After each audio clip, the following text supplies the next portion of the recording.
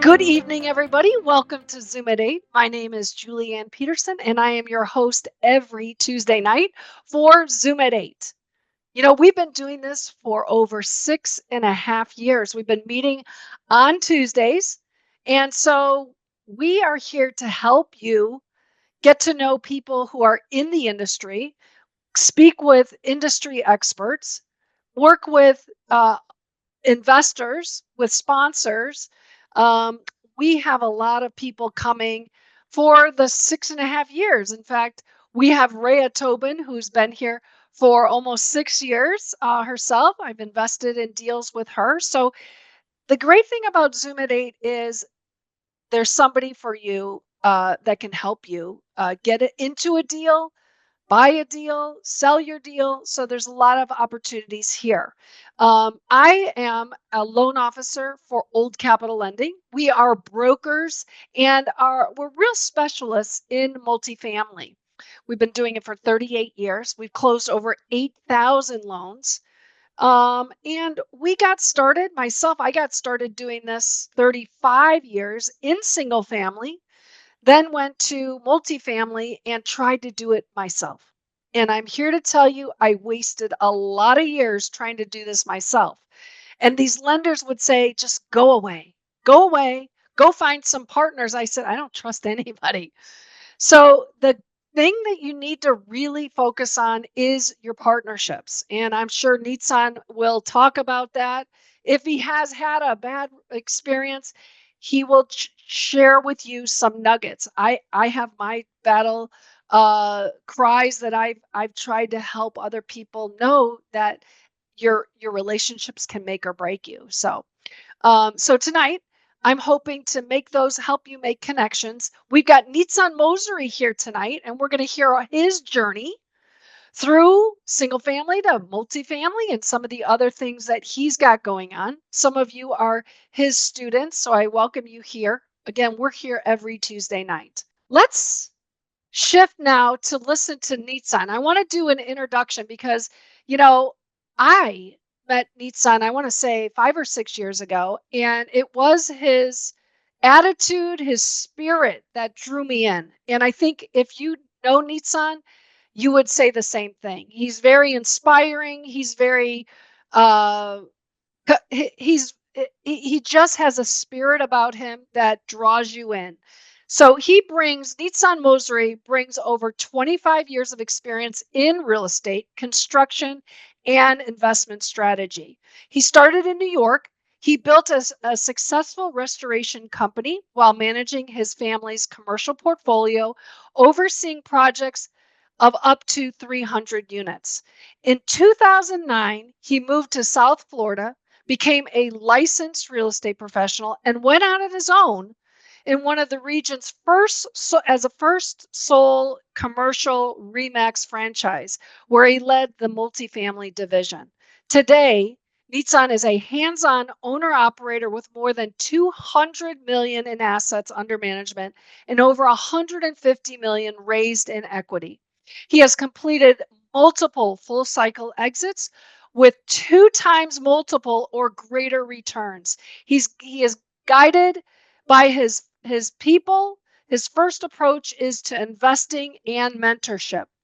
With expertise in syndication, creative financing, and market cycle strategy, Nizan continues to uncover hidden value and deliver strong results for his investors, partners, and this wonderful multifamily community. So I want to welcome tonight Nizan Mosery. Welcome to Zoom at 8. How are you? I am doing fantastic. Thank you, Julie. How are you? What's going I on? I I am doing well. We have struggled, over the last 3 years with assets under management. I will, I'm an investor. I'm an operator, just like you, Nitsan. And I think the biggest struggle is a lot of us got into multifamily in bridge debt. We didn't Mhm. realize it was at the end of the cycle, and we brought in a lot of investors. And unfortunately, We a lot of operators have had a downfall with those, not necessarily their fault. It really was a function of interest rates and rent growth going down with all of the deliveries. So Nitsan, I'm excited tonight to hear from you, your journey. Like, where did you start? I know that you were in New York, so that's a very different market than what you're Mhm. seeing in Florida. So kind of walk us through your journey. Help us understand how we can be like you. Sure, absolutely. My goal is for everyone to be better than me, right? Don't look at me as the place to go. Look at me as the place to surpass. But yeah, thank you so much. I appreciate it. And Julie, you and I met several years ago, and either on a Zoom or at a conference somewhere. We talked, and when you just click with someone and that good vibe and that good energy, and it just starts to spiral and good things come. So I wanna thank you for all the connections that you've helped me make, and through all the knowledge that you've shared throughout the years. So thank you so much for that. You're welcome. Me, yeah, I'm a New York City street kid. I was born and raised in Brooklyn, raised on the Lower East Side of Manhattan in the '70s and the '80s. You know, yeah, I remember when Times Square had, where Times Square was boarded up and there wasn't a single light bulb in Times Square. The only people that you would see walking around Times Square were junkies, hookers, pimps, and the guardian angels, Curtis Sliwa and all his folks. Those were the people that I was hanging out with. That's who I was playing with, and it's amazing to see how every market, it doesn't matter where you are, it could be New York, Chicago, Miami, everything goes through a cycle. And my mentor, David Lindahl, Ari mentor, I've had many other mentors as well. They always talk about understanding those market cycles, right? Keeping that thumb on the pulse and riding that wave. And that could make you or break you. And I remember in, what was it, 2022, 23, people were buying at three caps at 3% interest rates, and everybody's going, oh my God, look at this. This is amazing. I put the brakes on and I said, you know what? Good for them that they made $5 million overnight. But I'm looking over here and I'm looking at all the people that failed. And I said, I'd rather, for me, success is a good night's sleep. Mm. That's my definition of success. And buying at a three cap and 3% interest rate, that was just very aggressive. So, you know, in this business, in any investing business, you got to know when to step back. Kenny Rogers' song, you got to know when to hold them, when to fold them, and when to walk away, and when to run. Right. So those were the times when I was I folded my cards, I sat back, and I was just watching what was going on. And that's a huge lesson that we all have to learn is it's okay not to buy. It's okay not to invest. Sometimes the best deals are the ones that you don't do, right? Rather than getting into one that's going to drag you along and for years and years. So anyway, back to my story. I'm first generation American. My family came over from Israel. My mother's a Holocaust survivor. My father never graduated the sixth grade. However, they had this entrepreneurship mindset because they didn't have degrees to fall back on. They didn't have, anything of that nature. All they had was themselves and their drive and their passion to give back to their family and to take them from a third world country back then to the United States of America to give us freedom and opportunities and all that kind of stuff. And I grew up watching my dad build his business. He went from, back then it was called the Federal Bargain Store, which is what we call today dollar store. Everything. He sold everything from cigarettes to chewing gum to Jordache jeans. If you guys remember Jordache, Oh the yeah. pots and pans and sheets and bed sheets and everything you can imagine. I remember one time he bought a container of golf shoes. I'm like, why did you buy a container of golf shoes? He goes, because they were 10 cents. I'm Wow. like, but what are you going to do with golf shoes? He goes, if I sell for 30 cents, we You just made doubled your money. money. Yeah. We just made money. So that was his whole mentality. And he he was always big into real estate. Even when we lived in Israel, he was working construction at a construction company, and then when he came here, he had his store, and then the owner of the building that owned the building with his store where he was paying rent came to him and offered him to buy the building, and so he did the numbers and worked, and he bought his first building back in I would say late 70s. So I was maybe 10 years old, and he kind of just started putting me to work.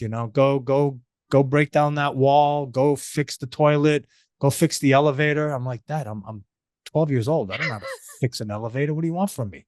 He goes, you'll figure it out. Go figure it out. Okay. Thank God nobody died, right? But that was his head. And he instilled in us that there's two types of people in this world: those that pay rent and those that collect. And son, you always want to collect. You want to collect rent. That was his whole goal. And I remember when I came back from Israel after high school, I went and I did a stint in the army in Israel, and then came back. I rented an apartment, and he almost disowned me. Did I teach you anything? You're renting. Why don't you just take money and burn it and throw it out the window? Because that's what it is. I said, anytime you want to buy me an apartment in Manhattan in the Village, I'll be more than happy to take it. Right now, I can only afford $1,000 a month. That's what I can. But that was the mindset that he instilled in us growing up. And I've taken that throughout my entire life because I'm not a college graduate. I went to school. I went to Pace University in downtown Manhattan. Never graduated. I majored in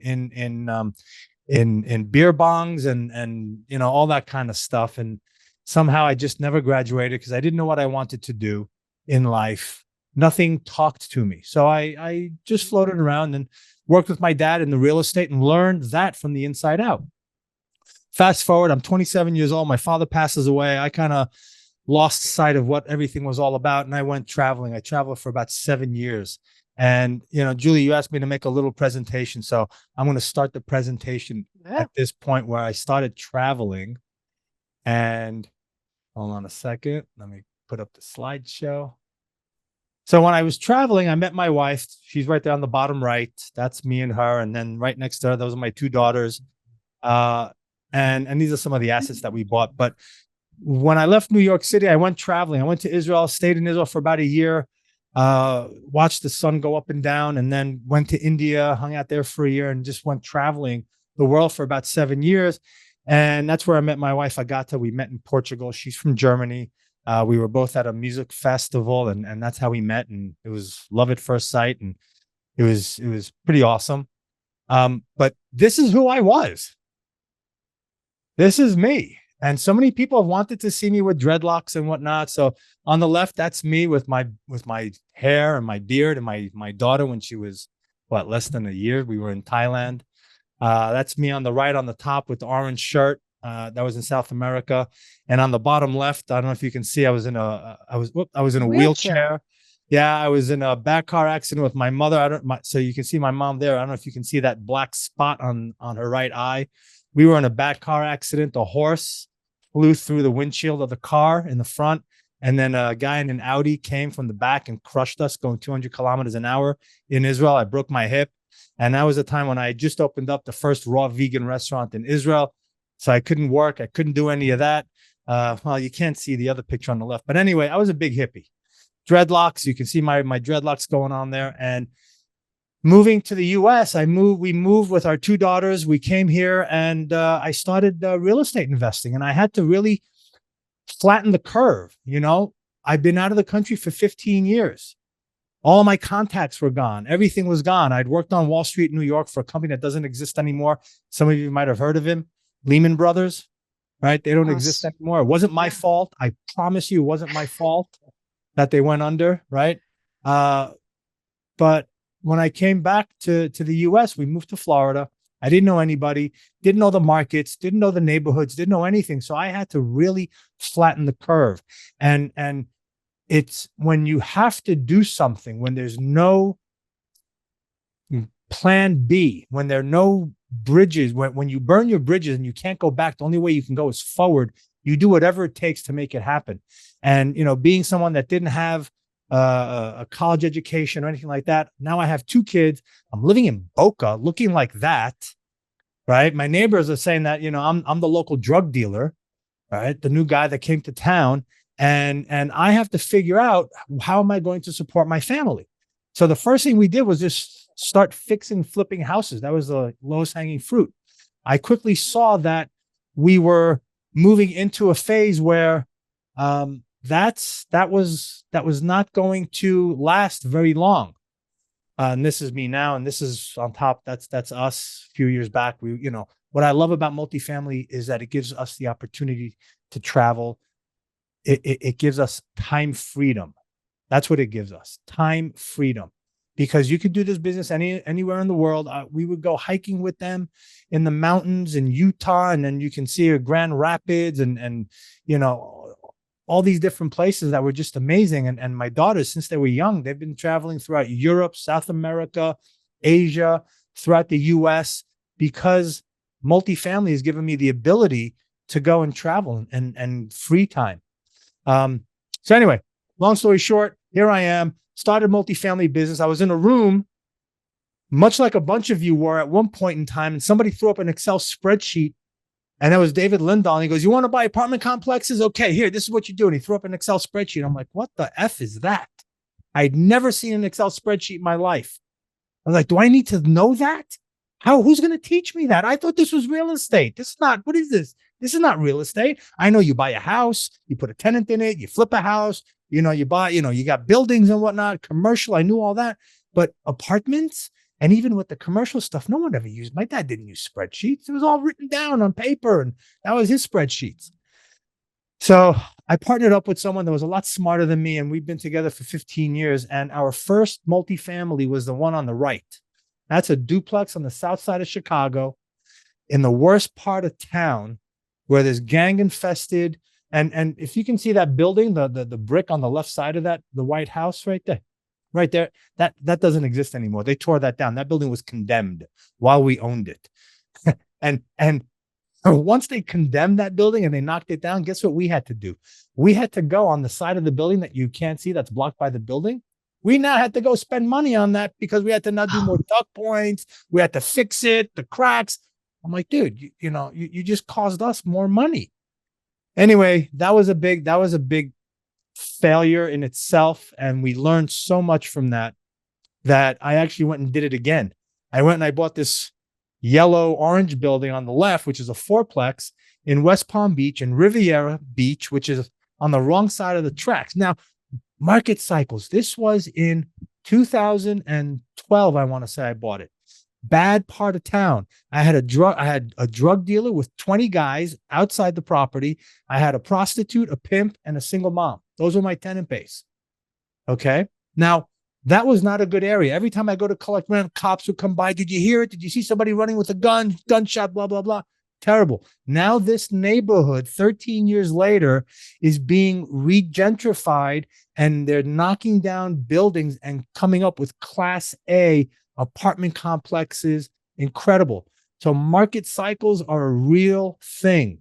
They're a real thing. I bought it out of foreclosure, fixed it up. Now, I mean, the one good thing about having 20 guys is that you see the grass that's in front. I bought pallets of grass, and I went to the guy and I said, listen, I'll give you boys $50 each. I need 10 of them to come in to lay the grass. He's like, yeah, no problem. All right, boom. And one day, a third of an acre of land was sodded with new grass, was put out because, I mean, I had guys sitting around. So that was the good thing. And then from there, you build up your relationship, you build up your network, you build up your investor base. And we started building. We went and then we bought a 224 unit in Houston. Then from there, we bought a $14 million, 170 unit in Dallas and in New Braunfels. That was a Class A property. And then we bought another property, 240 units. The one on the right over here, it says Villas del Lago. That's in Dallas by the Love Airport. We bought that one for $5.5 million, put $1 million into it. And I think 24 months later, we sold it for 11 million. Then, went to buy properties in Tulsa, in Texas as well, in Leesburg, not Leesburg, in the east part of Texas. I forget the name. Longview, Texas, Oh, yeah. San Antonio, Texas, Georgia. We've been in Athens, in Commerce and Little Burn. So all these properties. The last acquisition was the property on the right over here, the brick, the brown brick. That is a student housing mixed with commercial. We bought that. It was a 1-year-old construction. We bought that at a 5.5 cap rate, mixed with free market tenants and student housing by Athens, Georgia. So it's just, just like Dan said, it took us a long time to get the ball rolling and the momentum. But once you close on a property and you're part of the GP team, you could possibly sit there one day and get a call from a broker going, hey, I saw you closed on a property. Are you looking for more? Now your career shifts from chasing brokers to them now calling you. Now brokers call me and go, hey, Nizan, have you seen this deal? No, I haven't. Did you blast it out to your entire network? I did. I don't want to take a look at it. Send me something off market, right? That's because they know now that we're closers and that we can close. So, I went from raising $50,000. My first big multifamily project that we worked on, it was the one in New Braunfels. It was a Class A property. It was a $14 million project. I think with renovations and everything, we're raising $4 million. I was brought in to be a co-GP and to help raise capital, and I raised $50,000. That was it. I felt because I'd never done it before. I had no idea what raising capital was. But I'll tell you this, when I was at these different conferences and I see people getting on stage and I heard this one guy, he goes, well, we were 24 hours before closing and two of my investors backed out, and I was sitting in my car and I was going through my phone calling people, and we raised the money and, we closed on the deal. And here I am thinking, what is that magic phrase? What was that? What did you say that got people to put their hand in their pocket and give you money? I couldn't figure it out. And that's what I was chasing for a long time. That phrase, that sentence, that one thing. And it took me a long time to realize that it's not one phrase. It's not a sentence. It's not a sales pitch. It's not a tie down. It's a relationship that you build with people, but you got to build relationships with the right people, right? So I was told in the early days, go out to 2 networking events a week, collect business cards. I mean, I have shoe boxes. I have a notebook of business cards. You buy the folders where you can put them in. I have shoe boxes. Nothing ever turned out because I didn't know what I didn't know. I didn't know that I had to go out there and build relationships with specific people. I'm just reading the notes over here. I thought everybody was an investor. That's what they told me. Go and just build relationships with people. But then I realized that I had to go out and build relationships with specific people. So I created avatars and I started targeting specific people, and my network grew, and it grew the correct way. And from there, I was able to go out and build relationships with people. I have now a woman that I call her. I mean, poor woman. Her husband just passed away a few months ago. It was terrible. But I would call her up and I go, hey, listen, we've got this deal going on. You got any money? She's a fund of fund manager. She goes, yes. How much do you need? I said, well, how much do you got? She goes, I have $2.5 million right now. I said, I'll take it. Send me your wiring information. I said, don't you want to look at the OM she goes, Nizan, I know you. I trust you. You always bring me good deals. You always go take care of the properties. I trust you. Just go.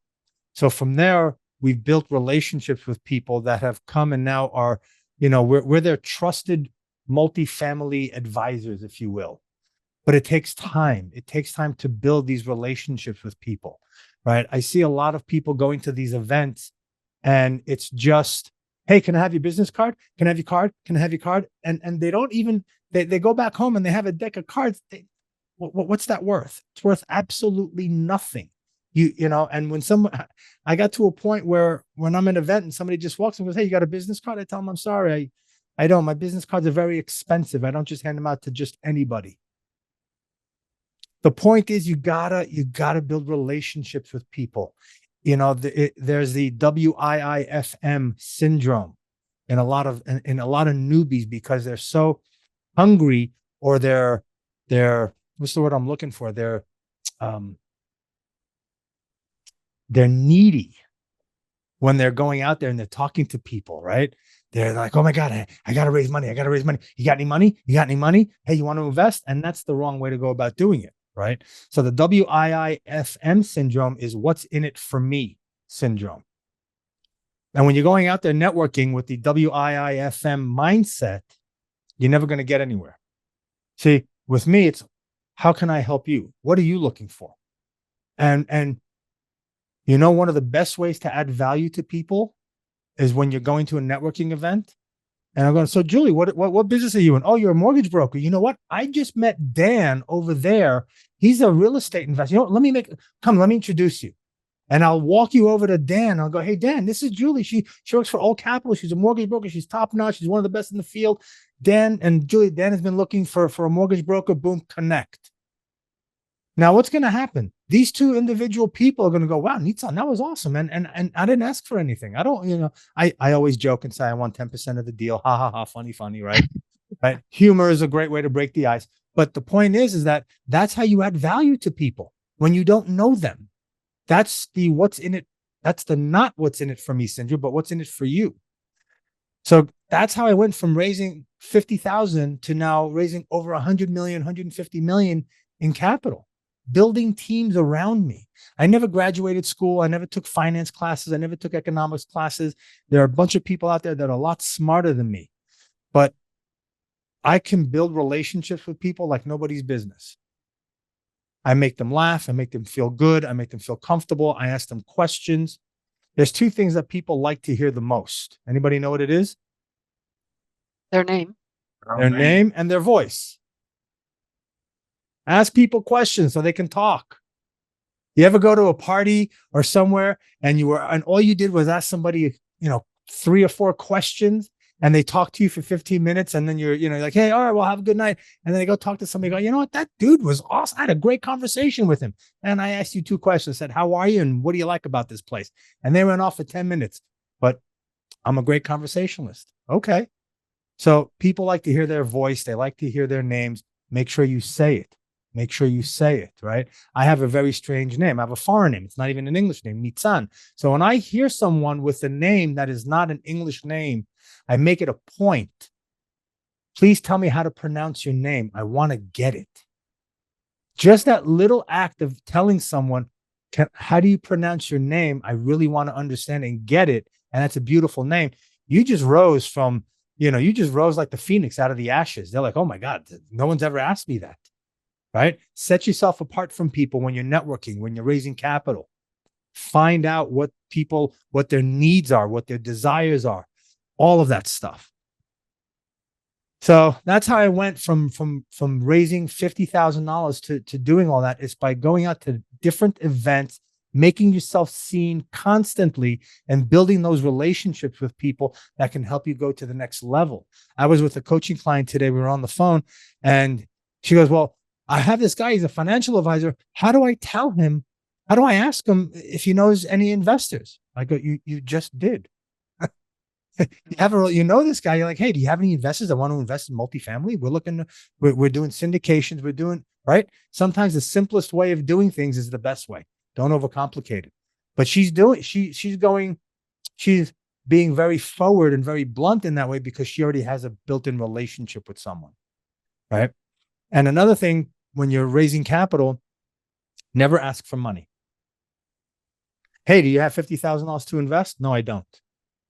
Never ask for money. Never, ever, ever, never, never, never, ever, ever, never ask for money. Do you know what you should do instead? Offer an opportunity for someone to come in and to create cash flow, to build wealth, to have tax, to reduce their tax liability, grow their wealth, create some passive income. That's what we're offering people. See, when you change your dialogue, when you come with a philosophy rather than numbers and Excel sheets and all that, you come up with a philosophy. My philosophy is no one left behind. I want to bring everybody with me to the top. Right? So the philosophy, what is your philosophy for doing this?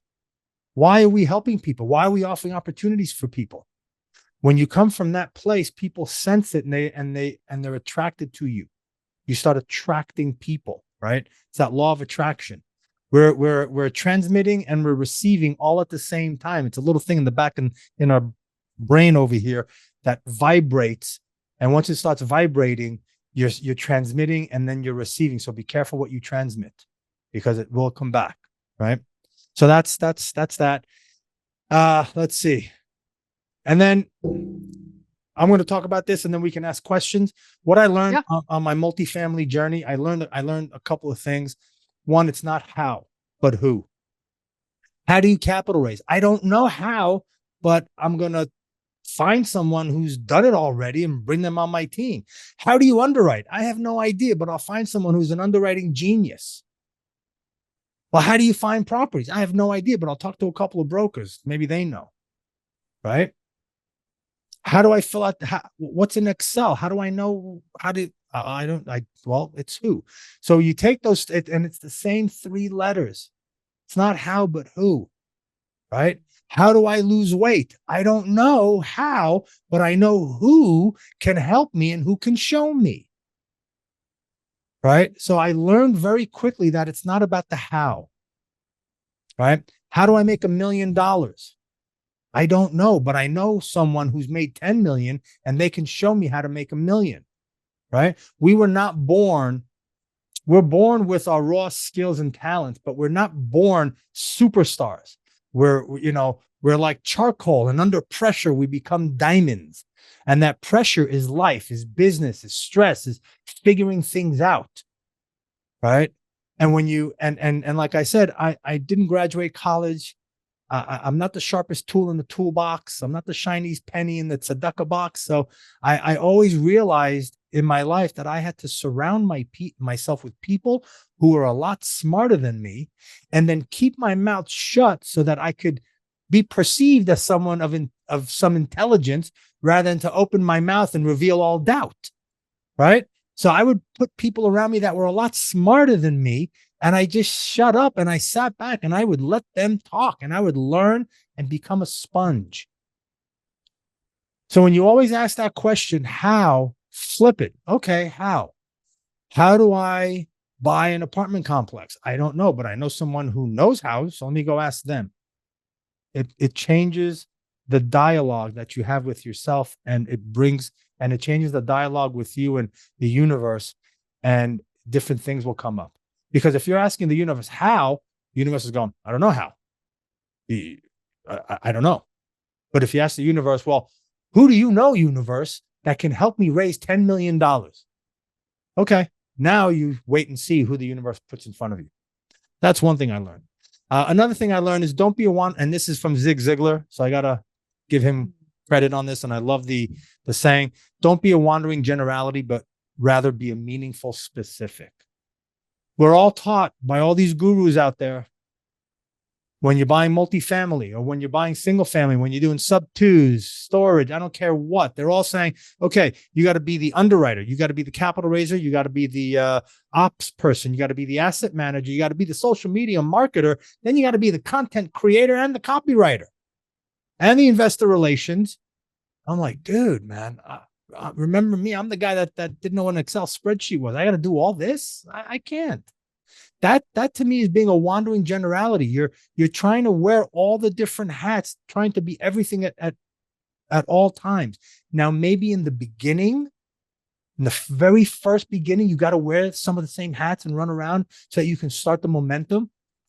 But quickly in your business, turn around and go, okay, who can I give this task to?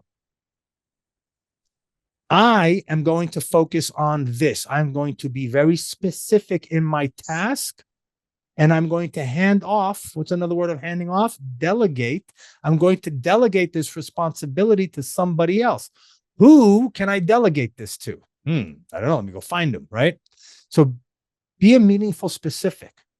Understand your goal. Another one of my coaching clients today, she's doing land and she's getting her real estate broker's license and she's doing insurance and she's doing this and this. I'm like, dude, how Pick two. If you want to pick two, go deep. When you make money, go find the other one, right? When you go too shallow, and Dan knows this symbol all too well, right? I do this with my coaching clients. That means you're scratching the surface. You're not digging deep. Go deep. Go deep into the market. Go deep. Be specific in nature. Be specific in what asset class you're going after. Be specific in what market you're going after. How many units? All of that. Be specific. Because when you are specific, the universe responds with specifics back to you. And we talked about this as well. Success is all about relationships, right? My relationship with Julie, my relationship with you guys, my relationship with other real estate brokers, with people that raise capital, with all these people, everyone. It's a relationship business. There are classes out there to help you become more personable. If you think you're a goofy person and you don't know how to communicate with people, there are classes. There's Toastmasters. There's the Florida Speakers Association. There's different. I used to go and I used to take improv classes. I took comedy writing classes. So when I'm up on stage, guess what? The first 30 seconds or a minute, I'm doing a comedy skit that was geared for networking and investors. Why? Because people love to laugh, and that's a great way to break the ice, right? Go out there, but it's all about relationships. Think big. Think big. I tell my daughters, I tell everybody, if your goal isn't scaring the crap out of you and going, there's no way in hell I can do that in 3 months. Okay. If you're not doing that, your goal's not big enough. My goal is to have $1 billion of assets under management within 2 years. I have no idea how I'm going to do that. But you know who does? The universe. Call it God. Call it whatever you want. Right? They know how. He knows how. She knows how. Whatever you want to call it. I don't know how I'm going to do that. But I know somebody who does. Right? Think big. Because what's the worst thing that could happen? I shoot for $1 billion and I land at 500 million. Oh my God. How terrible.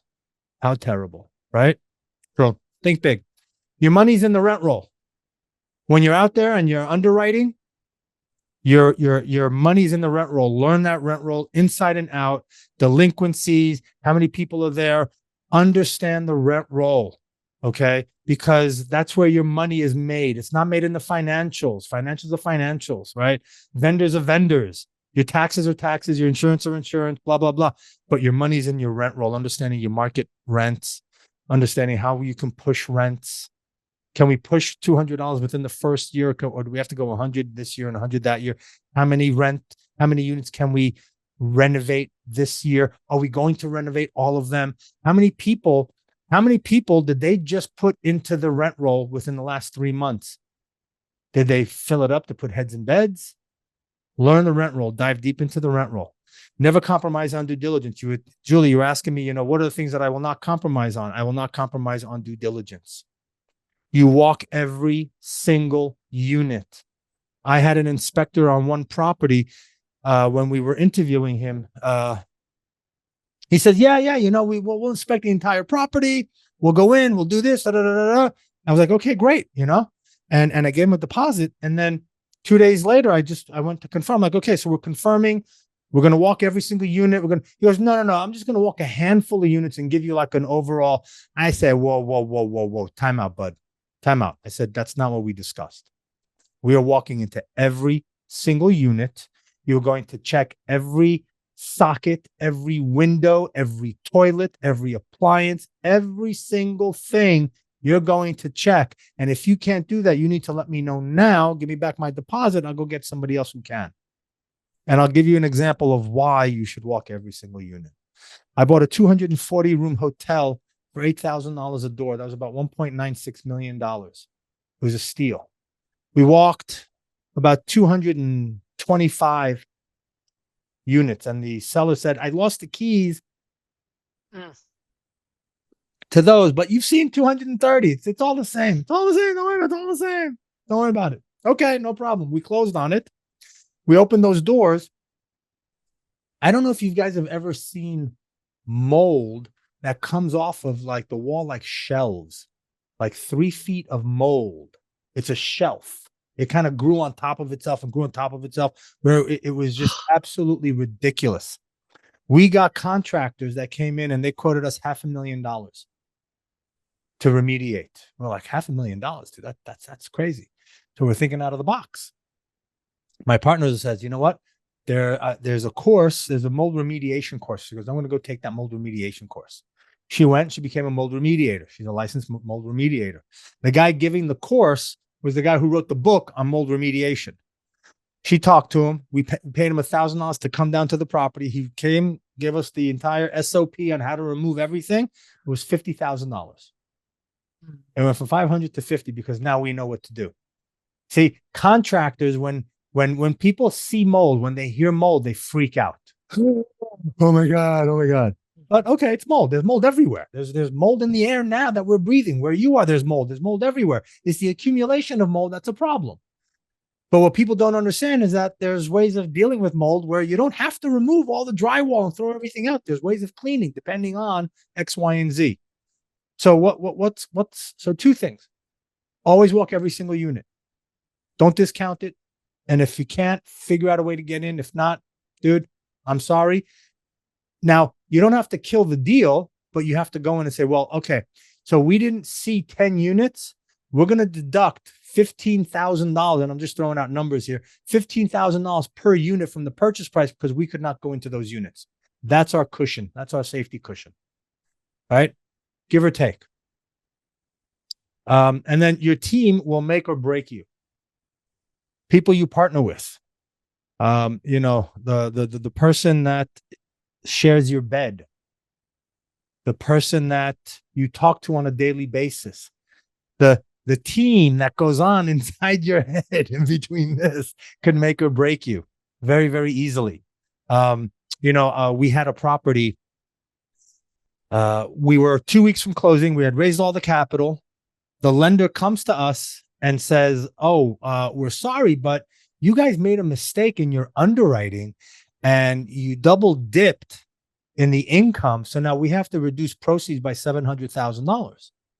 I was like, there's no way in hell it was our fault. It was your underwriter because we didn't double dip. I'll put money on it right now. I got my underwriter on the phone. We got their underwriter on the phone.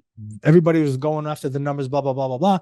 And their underwriter 3 times during the conversation said, wow, you know what? You're right. I'm sorry. That's my fault. I calculated it here and I did it again over there. So we said, okay, it wasn't us. It was you. They said, yeah, it was us. We're still dropping proceeds by $700,000. Mm.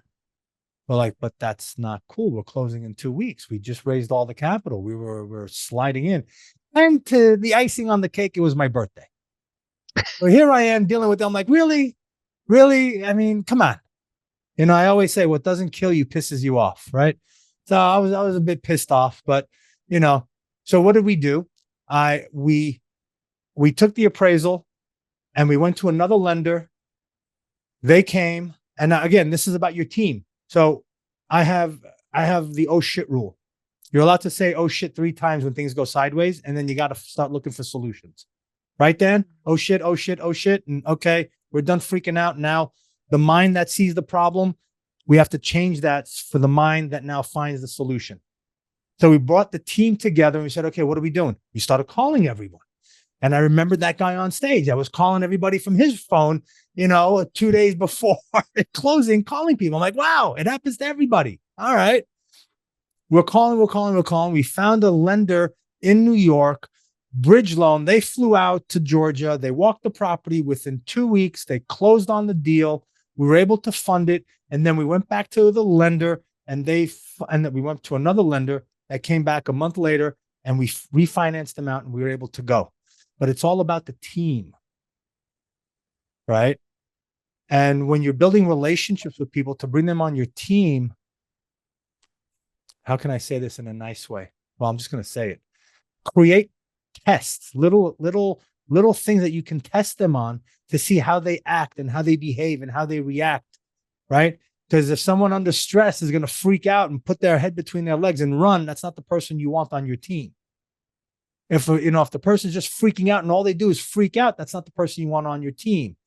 If the person now is, we're in a situation, they're like, all right, that's the problem. Let's look for solutions. Let's figure it out. Okay, what are we doing about this? What are we doing about that? That's the person you want on your team. So your team will make or break you. Be very, very careful who you put on your team. Make sure they align with your philosophy. They align with your goals. They align with your values, with your morals, with your work ethic, and that they don't take no for an answer. And they understand that you put one foot in front of the other until you die, until the deal is dead and there's no way to resuscitate it. Right. So those are the things that I've learned. And those are just some of the things that that I've gone through. And I'll give you another war story. We bought a 64 unit property in San Antonio. I was a lead sponsor on that. And crap flows uphill, right? Good news flows down, bad news flows up. So I take full responsibility because I trusted, but I didn't verify. And, those of you from New York, that's our saying, trust, but verify. That's what we do. And I trusted, but I didn't verify. I trusted that the other co-GP was reviewing the rent roll, that the property manager reviewed the rent roll. And I asked them, did you guys check the rent roll? Are we good? They said, yes, we're good. They said, okay, let's go. Not usually, but I always review the rent roll now with the property manager and go over it because of what happened. The owner, so we had just started going into COVID. Okay. Things were locking down. People were losing their places. Homeless shelters were closing. People were all there. The owner had gone to all these different charities and churches, and he brought people from there that were homeless, put them inside the property to raise the occupancy. He got 3-month leases from the churches and all these places where he put them on 12-month leases, but he didn't tell us that the church or the charity, wherever they were getting, was only going to fund the rent for these people for 3 months. So we're in the property, we're rolling. Boom, month 3 comes. Where's all the money? Why are we such delinquency? What's going on? Homeless people, all this stuff, they're living there. Now, instead of us working our business model to renovate units and push rents and do what we had to do, guess what we had to spend time now doing? We now had, okay, are we going to evict them? Who are we going to bring in? Well, why don't we first go back to these charities, re-app them, get another 3 months going, and then in those 3 months that we're collecting rent, we'll find other tenants. So that's what we did. We had to go in now and we had to deal with talking to all these different charities and different organizations and have them come and fund these people so that we could at least bring money in, and then we were able to roll out and work on our business plan. Now, because we were in a good location and because we were able to push rents after we cycled those residents out and brought in new residents, 15 months later, we bought that property for $5,065,000. 15 months later, we were able to sell that for $7.5 million and do a 1031 into a $9.8 million property. So the team, right? The team that we had on site, we had a great property manager. My regional manager was fantastic. I was going there, showing up all the time. We supported the on-site team and we worked through it. And because of that, we were able to go and sell it 15 months later and make a $2.5 million profit. Right? So it was the team. Make sure your team is there. Yeah. On so many levels, right? I mean, just so many, the trust. Wow, this was amazing, Nizan. You brought up so many good details. I'd love to open it up for the audience to ask questions. I know I had a couple questions.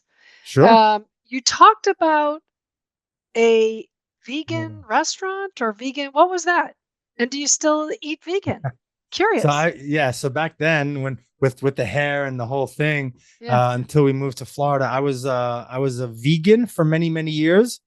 And then I became a raw vegan where I was just eating raw nuts and grains and seeds and sprouts and all that stuff. And I used to dehydrate all kinds of stuff. I made all dehydrated crackers from grains and all kinds of stuff, burger patties that were from mushrooms and nuts and all kinds. So I opened up the first raw vegan restaurant in Israel. It was a big hit.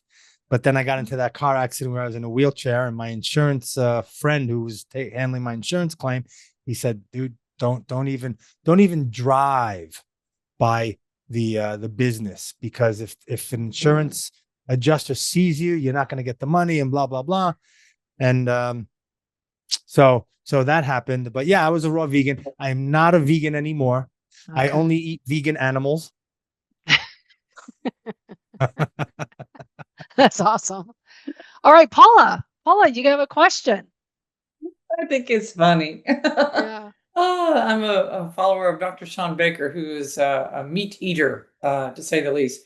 I like what you said, Nizan. This is very important as I rotate with partners. I have some partners that are really in the weeds about things like underwriting, and yes, that is good, but you can hire that out if you don't trust your model, if you don't trust your results, if you find something that's stuck and you just want to understand it, you can hire it out, because the time that you take trying to learn it yourself is so much that you may miss your deal.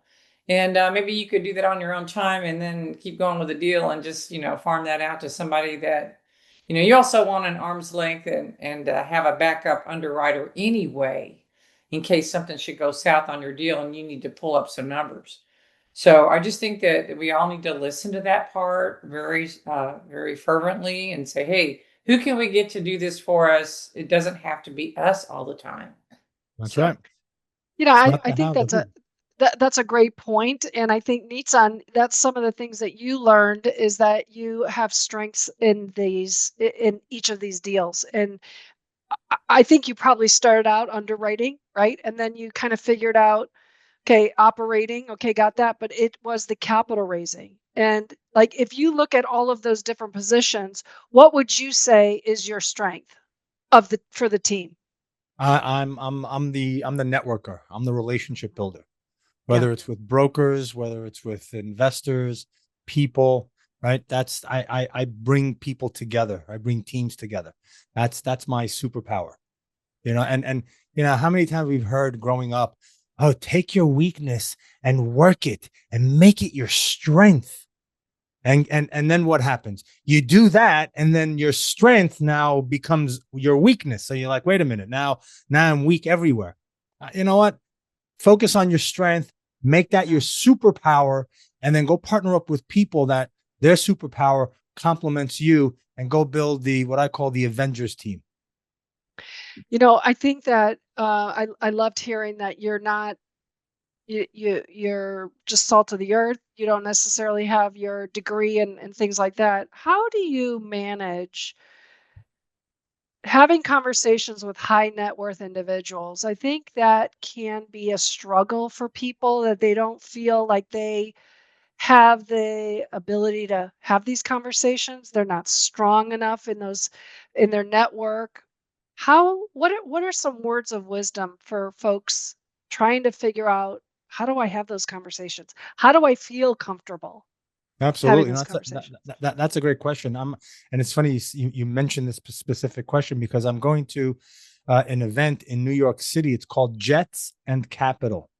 And the event is usually held in a hangar. And why is it held in a hangar? Because it's called Jets and Capital. Guess who shows up? People in their private Pilots. jets.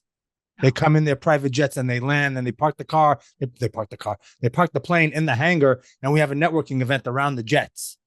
So these people, they're talking, oh yeah, I just spent $5,000 on my shoes yesterday. And look at my $127,000 watch and all this kind of stuff. And I'm going, that's nice. Okay. Shit. What do I say? Yeah, that's a great watch. yeah. What is that? Is that a Patek Philippe? Right. I had to go. I honestly, okay, because I'm now revolving and going to these different events, and I see these watches on people's wrists. Guess what I did? I went out. Well, I didn't go anywhere. I'm sitting in front of my computer, but I go on Google and I go luxury watches. And I started learning about Patek Philippe and Richard Mille and Audemars Piguet and who the hell knew all I knew is Rolex. Now all these shit's coming up, like, oh my God. And I'm learning now that I don't even want to wear my Rolex. Be like, oh, Rolex. Come on, please. That's passe. That's passe, Rolex. Where's your Richard Mille? Where's your Richard Mille watch? It's like, okay, well, but so when you know you're going to be around those people and you're going to network around that level, you have to educate yourself on things that they will discuss and talk about. Okay. Watches. If I'm going to Jetson Capital, he always has cars and jets.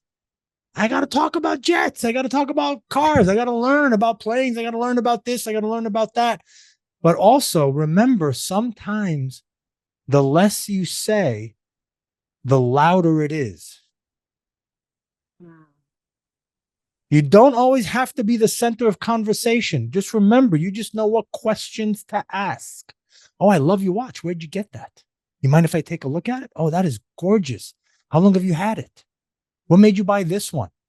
What's stuck about? And now you're engaging with someone on their watch. And you know what? When you see a man or a woman and they've got a nice watch, yeah, talk about their freaking watch. Because you know what? They want you to talk about their watch. Yeah. They just spent $370,000 on a watch and nobody has asked them about the watch. Ask them about the watch. Yeah, good point. All right. All right. I've got a couple more questions. You were in a lot of markets before this new, in the next cycle that we're going into. Will you stay in the same markets? Will you decide just to take one or two markets? What has changed for you in this next investment cycle? Yeah, good one. I'm expanding my horizons, moving into new markets, moving into markets that are emerging, right? Yeah, these markets are good. We cycle through them.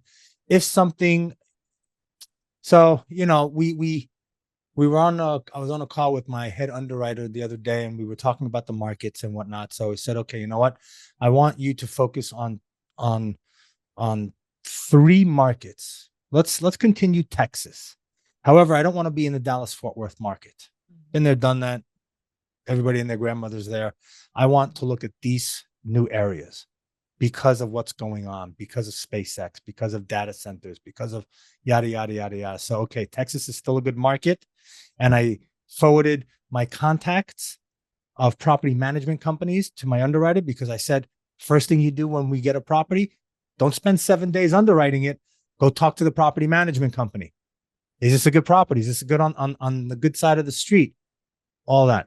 So going over there. The Sun Belt, Georgia, South Carolina, North Carolina. Look, I'm still in South Carolina, I'll say. In the Columbia MSA. I like that area.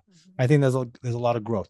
But I am now very bullish on the Midwest, on that that circle of Northwest Arkansas, Tulsa, Oklahoma City, Kansas City, in that circle over there. That's where I want to dive into, So yeah, let's see. Excellent. Excellent. Very Anybody else have a question? I mean, we've covered a ton tonight. Anybody? Comments? While people get the courage to ask a question, I just want to go back to, when you're in that room, how do you, what do you talk to people? How do you talk to people? It's okay to tell someone that's worth $1 billion, hey, Julie, how are you? Yeah, my name is Nizan. You know what? I'm just getting started in the multifamily world and I'm building a team and I'm looking for invest.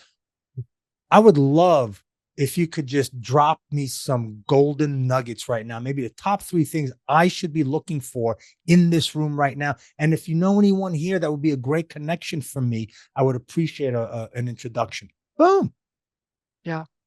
It's I think better. You even said that to me when we got together. Yeah. Right. I'm new. I don't know. Right. It's better to put that out in front.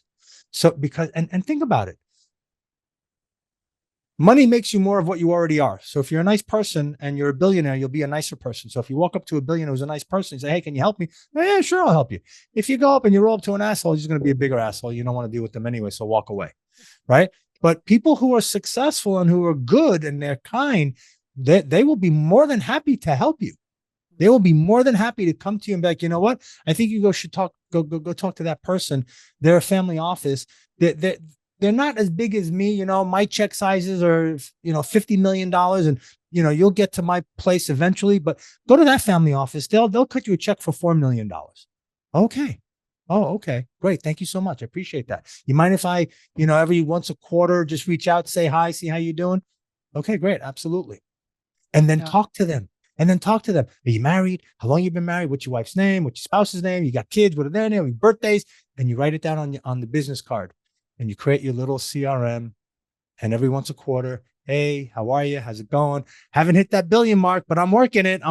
Right? And you're just being human. You're not being, you're not being pretentious. You're not pretending to be somebody else, right? I think we take the phrase fake it till you make it differently than what it's meant to be. Fake it till you make it means walk around as if you're successful, but don't bullshit people. Yeah. Right? Nizan, if somebody wants to talk to you, you've got your phone number there. Okay. Give us a 1-minute elevator speech on your company, what you're doing to help others, educating them. Sure, absolutely. So I have this company. It's called Multifamily Inc. It's my coaching and mentoring program. I've seen all the other coaches and mentors, and what I've done is I've taken what doesn't work and I've created a coaching program based on that. So my program is I help people define your zone of genius. I help you become a meaningful specific. I've created with psychologists now it's like a 10-minute 55 questionnaire that you answer the questions, and based on the way you answer that question, it will align you with your zone of genius. You should focus on capital raising. You should focus on underwriting. You should focus on asset management. You should focus on investor relations. So doing that with my coaching clients, you take that, and now I know, and I will dive you into that world of underwriting, that world of capital raising, that world of investor relations, of operations, and all that, depending on what you want. So, and again, my philosophy is no one left behind. And I teach my clients now, we talk about 3 rules and 3 goals. The 3 rules are: you got to mitigate risk, reduce taxes, and compound your efforts, right? Get other people's money, talent, skill sets, track record. And the 3 goals is creating generational wealth, building passive income, and protecting your family's interests. So that's what we focus on. And and I'm sticking to it. Love it. All right, Paula, last question before we head on out. Name 3 places or 3 different groups that you would go to for the wealthiest people to raise your money. 3 groups that I would go to help raise capital? Yes, sir. I would go to Jetson Capital.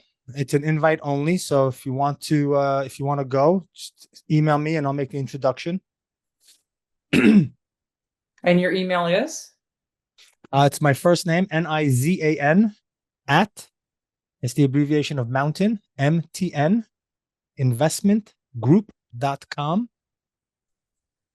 Okay. The other one is it's an event called DC Finance. They're based out of Israel. October 28th, they have an event in New York, and then October 29th, they have one in Tel Aviv, and they have them all over the world. Family offices, high net worth individuals. That's a great place. Let me see. I'm trying to think where else would I go for high net worth individuals. I belong to a WhatsApp group, and we network there. It's called I forget what it's called. If you find me on WhatsApp, okay, I'll make the introduction to those WhatsApp groups. Terrific. Thank you. Absolutely. It's called traveling investor, if you don't mind. Yeah, that's one of them. That's one of them. That's right. That's my WhatsApp group, right? Mhm. I've also created now. We're moving from WhatsApp, and we're creating a school community where it's going to be people from all ages, all everywhere, levels, and it's going to be all about multifamily real estate investing, networking, partnering. It's going to be my goal is to grow this community huge, because there are a lot of people out here and I'm looking here that are a lot smarter than me, that have done, that have a lot of certificates and whatnot, but there are people out there in the world that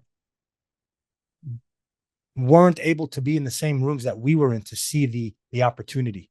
So my goal is to bring this opportunity to them, to help them, create something for their families and whatnot. RIAs and family. Jaboy Productions. Yes, very good one. I like Jaboy. Very good one. Mm-hmm. Yeah. All Yeah. right. Well, this has been an hour and a half of just full information and no bars held. Amazing. I love it.